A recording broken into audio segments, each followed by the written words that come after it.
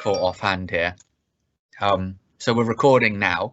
So I just want to formally welcome everyone to the second Speak Up session, and long may they continue, of Speak Up Month. So Speak Up Month, the whole month of October, and as part of that, we discussed within various network groups and resource groups that actually sometimes just having a discussion about things is really, really powerful, especially when it comes from lived experience. Actually, we should be learning a lot more from lived experience in all aspects of healthcare and beyond, really, in general life, and taking people's lived experience as equal worth as almost corporate agenda in some aspects, and corporate strategy.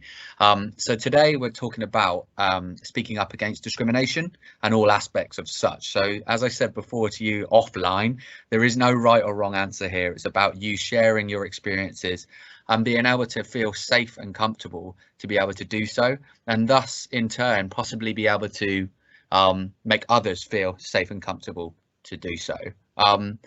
You don't have to show the level of formality as well, so if you would like to jump forward and just unmute and just unload, then please do. Obviously I know we're all veterans now when it comes to Teams meetings, and we'll probably pop our hand up and down as we go, and I'm more than happy to control that as well. So the first one's an easy one. Well, it's not, it's probably the hardest of all the things to say, but what does discrimination mean to you? And that's out to anybody, so feel free to jump in. I'm also happy to start the conversation if you want me to as well, because it always is the same. Whenever you're on a meeting, someone goes, here's a question for the group. Yeah, Pamela, go.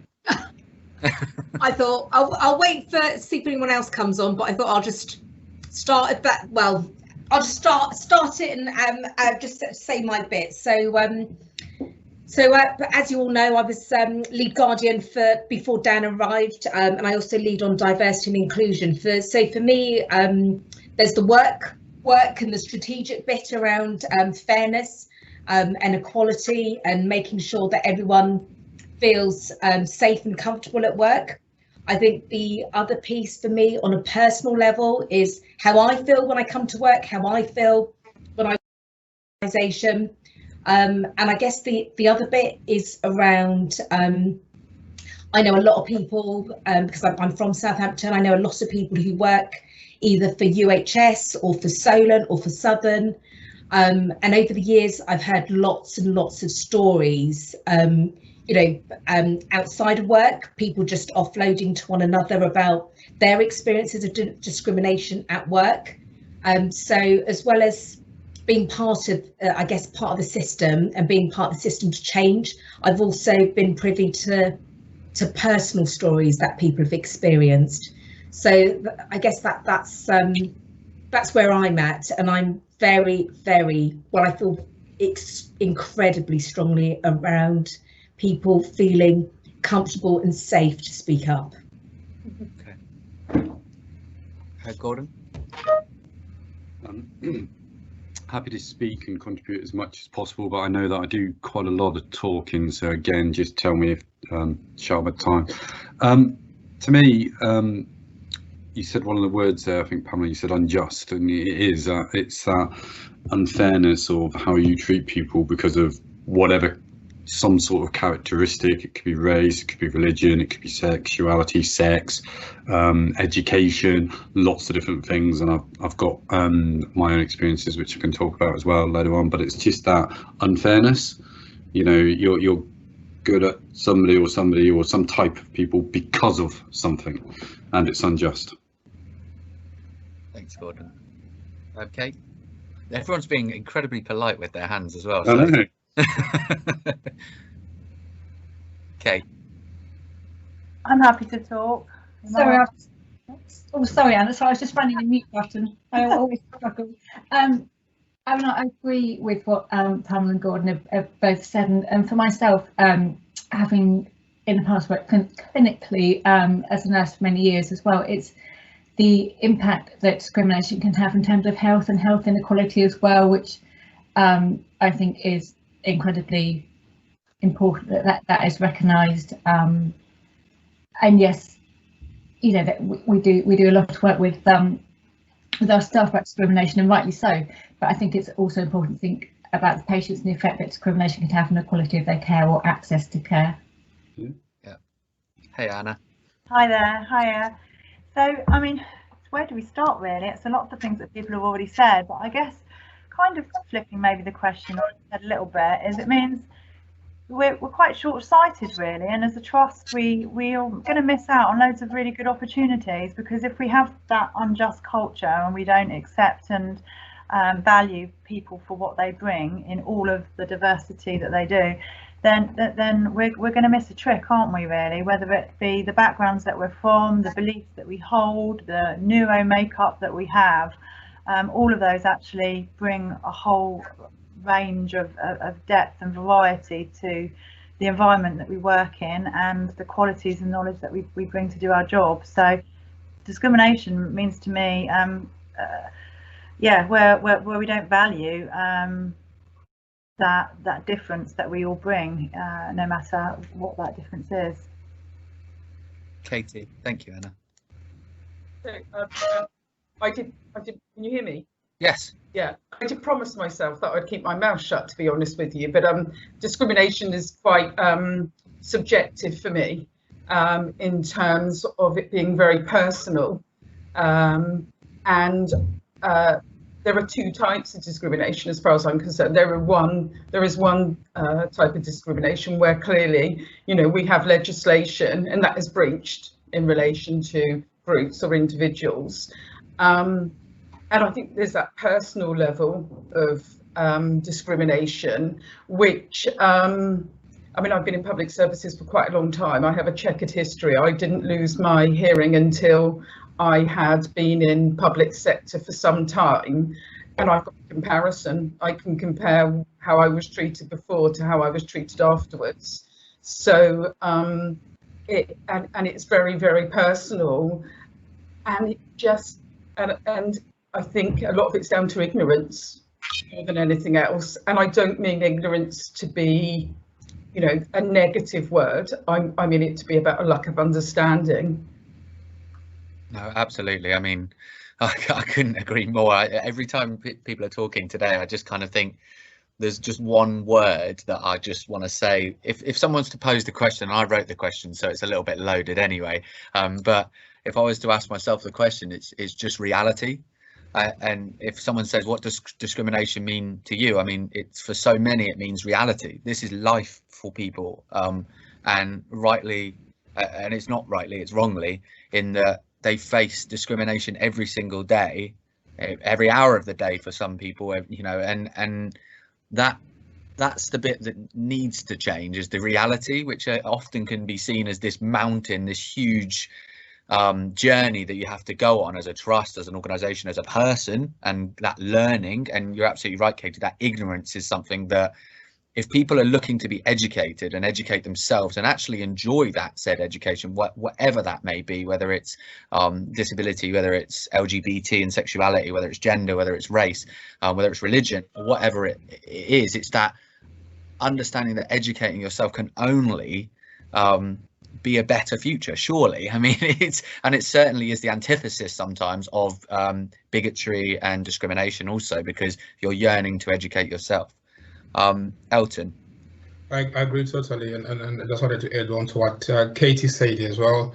For me, the most damaging, to add on to her descriptions, is when that discrimination is systemic, it's structural, it's cultural.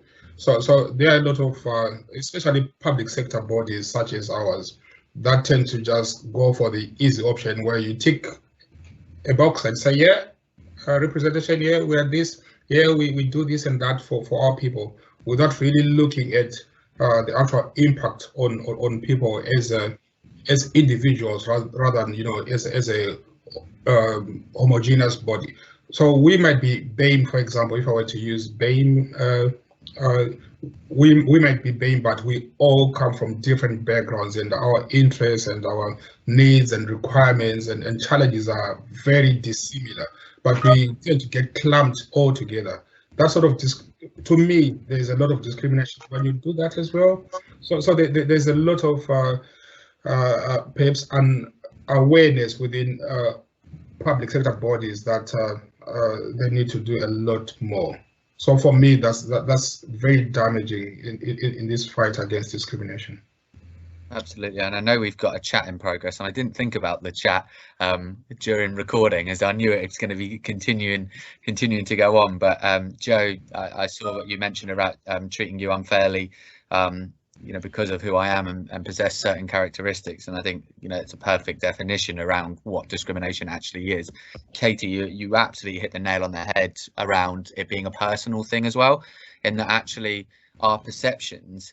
And this is difficult. I think it was me and Elton, we were having a conversation the other day about where people flex their own feeling of discrimination to support others actually in their act of discrimination, in that whether it's culturally you're brought up not to raise concerns, whether you don't feel comfortable because it's career limiting, or whether it's whether you're going to face more backlash, it's going to be a difficult conversation. And actually that it is incredibly personal, and actually our line where is acceptable or non-acceptable needs to be drawn incredibly clearly, but often isn't. For so many, it feels like they move that line consistently as they go, and they face certain incidences of discrimination, which is not the right way to go. It should be going the other way, and we should be pushing that line actually further and further towards education, rather than baiting on what makes us feel uncomfortable, what makes us feel hurt, what makes us feel like others aren't understanding us and our needs. Erin was mentioning about, you know, through deliberate intent or not, it's being made to feel less than what you feel you should be, or actually what all of us should be. You know, it's making them feel less than human a lot of the time. There's what Erin said about having watched Trolls 2 at the weekend, differences matter. It's important to find the right balance between normalizing and invalidating, which is absolutely right. I mean, often when you watch, and Trolls 2 is aimed at children, but when often you watch some of these children's programs, the innocence and the message often cuts through like a knife sometimes. I find it a lot of the time where you're just going, the morality that's there is so clear and obvious. Gordon, you've got your hand up. I think Katie had her hand up before me. Oh, Katie, have you still got your hand up, or is that what's known as a legacy hand? I didn't put my hand up. No, I can. I wasn't going to say it. I told you I was going to keep my mouth shut. You shouldn't. I told you, absolutely not. Yes, your hand's still up, but that's all right. It's a legacy hand. I love that term. I found that term out the other day where someone went, it's a legacy hand. I was like, what does that mean? Gordon, yours isn't a legacy hand. It's a current hand. Yeah, I like the points people are making out, because everybody's individual. It doesn't matter where you are, what you are based on. In my team, you know, in finance, before the wider team, every single person's different, and everybody has a different sort of need, and they have a different strength, and they contribute in their own ways and how they do things, and it gives us that diversity of thought, and, you know, not just being blinkered down and, you know, all thinking the same, which just never makes an organisation good if everybody's the same. I would say that I suffered a bit of discrimination myself in my own way when I was younger. I left school when I was 15 years old and joined the army at 16. I was a soldier. I left as a soldier, as a W1. When I went into meetings for the last 12 years of my career, I qualified as a chartered management accountant in the army, still a soldier, but I went into meetings. When I got that qualification, I started going to meetings with big, quite high-powered meetings, because there was lots of hundreds of millions of pounds investment decisions being made on. But I was in a room with officers, and as soon as they found out you were a soldier, they really wouldn't even listen to what you had to say. It was all like, you know, can't listen to him. I've got to, and that's just a minor thing. I also was with the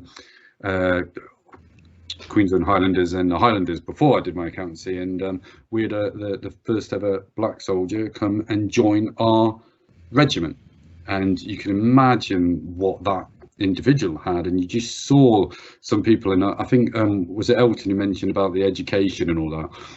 Up where I'm from the Highlands of Scotland, you didn't have a diverse community, and there were some people who were, let's just say, very ignorant and just very brought up on their views, and they had it in their head that they were going to do things. what worked for me was our commanding officer at the time. He stood there and said, if one person, any person, does anything that impacts this person unfair, they were out. They were getting discharged from army. He gave that zero tolerance message. Yeah. And the guy blossomed, and he was a great soldier, and he did really well for his career. But it's that clear message. But there were still people behind the scenes going, oh, and it was that education and filtering them out. And I've just seen lots of different types of it, and probably nothing gets me as angry as it, I would say, because everybody's an individual, everybody's a human being. Let's treat people equally, fairly, as themselves, and work together. Yeah, thanks, Gordon. I appreciate that personal account as well, because I think it's important that people share some of those personal accounts, and often when we're putting acts of discrimination down, I'm guilty of it myself. I'll put, like, as I did before, I mentioned, sexuality, gender, race, and we're putting these almost false boxes around it. And any act that makes people feel uncomfortable within their own skin is an act of discrimination in itself. I'm of probably the most level of privilege that you can get, and I'm not uncomfortable talking about that. I'm a white straight male who's arguably middle class now as well. I wouldn't like to call myself middle class, but I have a large element of privilege. And actually, the minute we can discuss that in an open forum, it's really, it starts to unlock some of that fragility that people have in talking about differences and cultural differences and needs and different aspects of our life. I've done everything probably in my power to make myself look different, as you can imagine, looking at me, and not look corporate, but I'm still there within my privileged lifestyle. And it's this uncomfortable nature of not being able to discuss what hurts, what matters, is the part where ignorance breeds. And that's the part where people go, well, it's okay then, because no one's talking about it, no one's raising that actually that hurts and that feels wrong. Pamela, you've got your hand up. Sorry.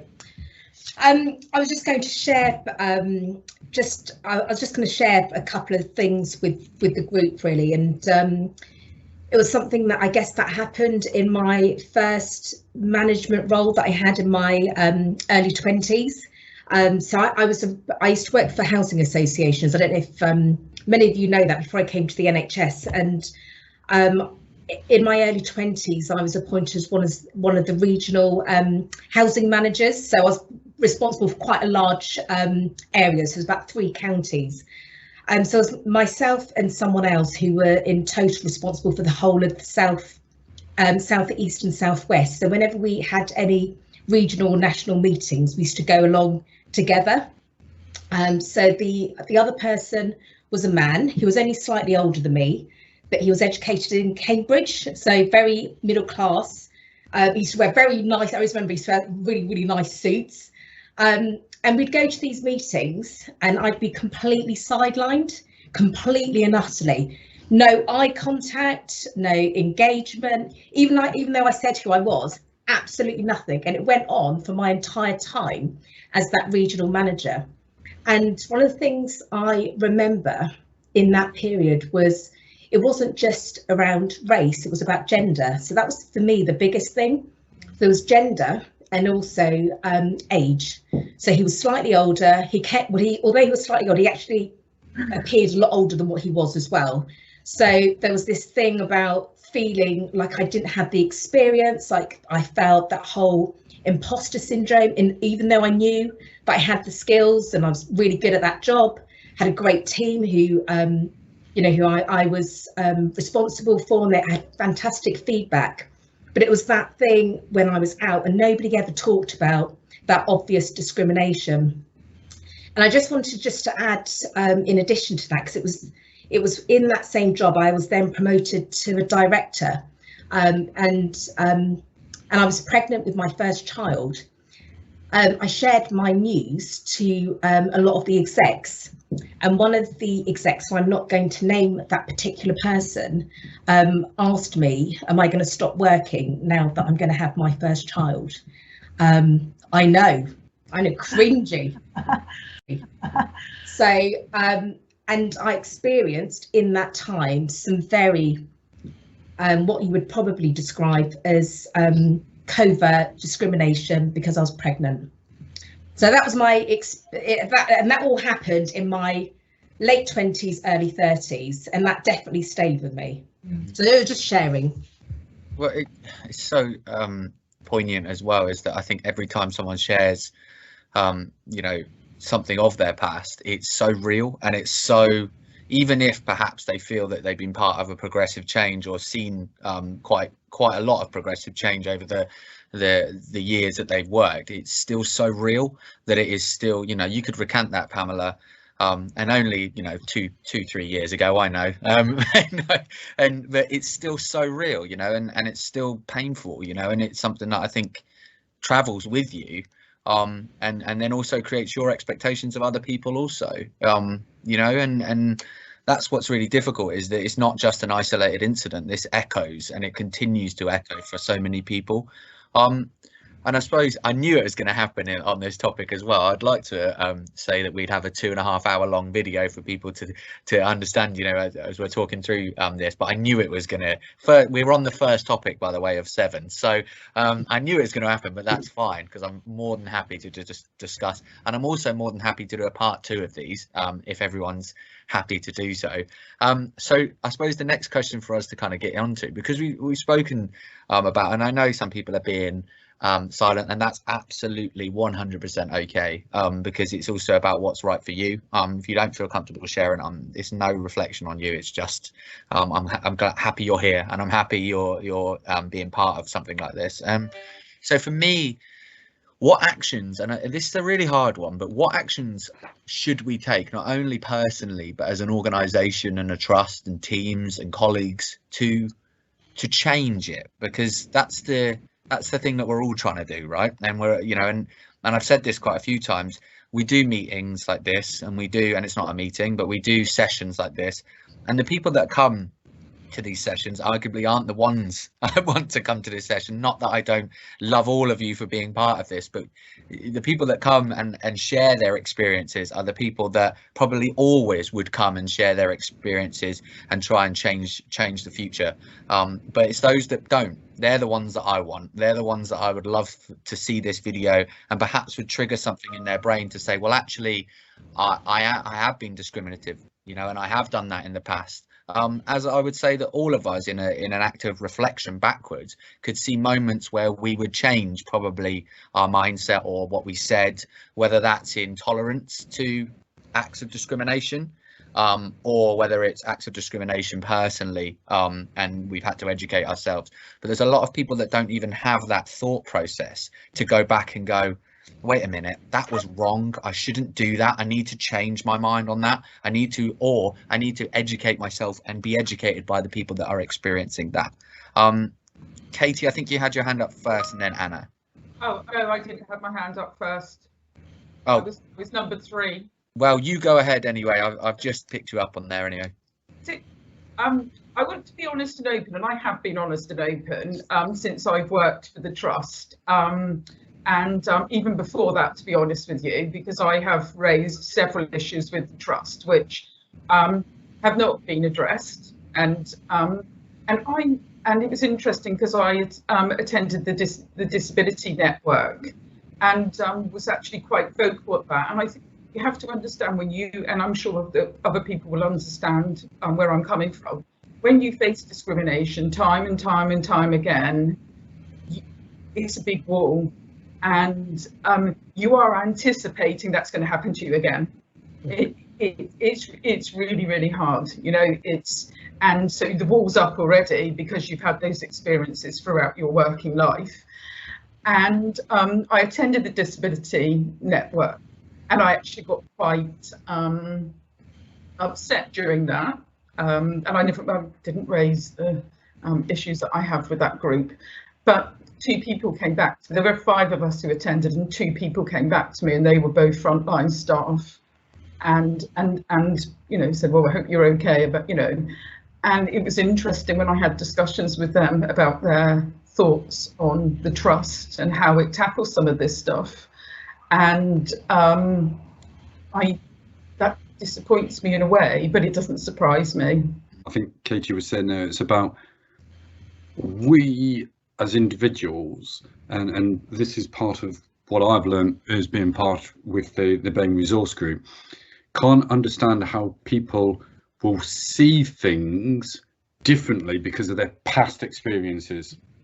So that's the most tricky thing to me, is to think, okay, we've done this way, but because of a past experience, somebody will see it differently, and that's a really tricky thing to do. And to me, that really needs to link into education and to get people to think differently. Not the biggest thing I find is people become defensive. They're like, oh no, it wasn't that. No, you've got to learn that the reason why is because of their experiences in the past, and not become defensive. We realise you weren't doing it that way, but it's a case of how we react to that and then how we think about that in the future. Sorry, I need to go, but I think it would be really good to carry this on. But thank you, everybody. Really good. Thanks, Gordon. Sure, I know you've got to go. And then Anna, I know you were probably the first with your hand. That's okay, yeah, that's fine. I will need to go probably in a minute as well, actually. But Gordon's kind of stolen my thunder there. I was going to say, I think somebody mentioned it earlier on. For me, I mean, the main thing we need to do, I'm relatively new to this trust myself, but is education. And I guess that starts twofold, because as Gordon implied early on, you know, we all are brought up in our own different ways with our own ingrained beliefs, and there's quite a deep relearning process that needs to happen for probably every single one of us, if we're actually honest about it. And there's stigma around mental health and beliefs held about different classes and cultures. And you know, when you get to an adult age and you've had those childhood beliefs ingrained in you, to undo those, that's not going to happen overnight. So conversations and training, and I think somebody early on implied you know, it's no good ticking a box, and it really isn't. You know, I've worked in HR for over 25 years now, and you know, there's no point just rolling out a diversity inclusion training course online and getting everyone to do it. That does not change culture. That does not really challenge beliefs. We're talking about a behaviour change program here, really, somewhere where more of these types of things, where within teams those conversations can be facilitated and managed so that people can talk openly and honestly. But probably the step before that, somebody mentioned about safety. We've got to get the right environment. We've got to be able to create an environment where people don't feel scared to speak up. And quite what Katie was saying, totally I've seen that many times, where you feel like you're walking in treacle or you're hitting a brick wall, and you think, oh, what's the point of raising it, because I'm only going to create more drama, or no one's going to listen to me. So there's kind of a step before that in terms of actually prepping and laying the land, isn't there, to actually remove the stigma around it and the fear around it. And I guess that has to be led from the top as much as anywhere, really, doesn't it? And those conversations need to be not just spoken about, but actually modelled, and it's the actions and the behaviours and not just the rhetoric around it that is really going to make a difference here, isn't it?